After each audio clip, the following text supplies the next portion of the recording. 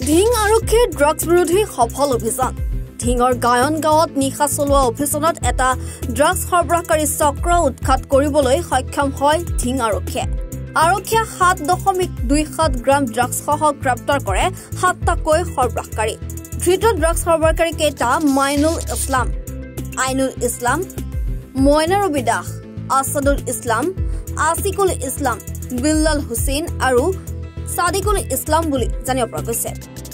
ধৃত সৰবৰাহকাৰীৰ পৰা আৰক্ষীয়ে উদ্ধাৰ কৰে 17,640 টকা। ঢিঙৰ পৰা সাইদুল ইছলামৰ ৰিপৰ্ট, এনি ভাৰত 24। ৰব, আপুনি যে এটা অপৰাধ কৰিবলৈ গৈ আছে, আপুনি জানেনে? এই নাবালিকা গৰাকীক এতিয়াই বিয়াত বহোৱাটো যে এটা অপৰাধ, আপুনি জানেনে? অপৰাধ কেনেকৈ?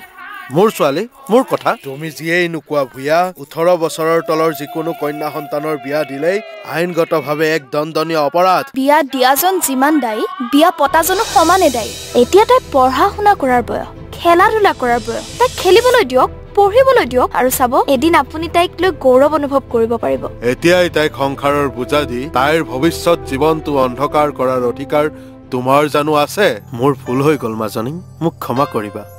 শিক্ষা ল'ৰা ছোৱালী উভয়ৰে প্ৰাপ্য আৰু অধিকাৰ।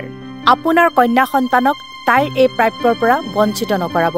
বাল্য বিবাহ ভাৰতীয় আইনৰ দ্বাৰা বিহিত এক দণ্ডনীয় অপৰাধ। এনে অপৰাধ কৰি আপোনাৰ কন্যা সন্তানৰ ভৱিষ্যত অন্ধকাৰৰ মাজলৈ ঠেলি নিদিব।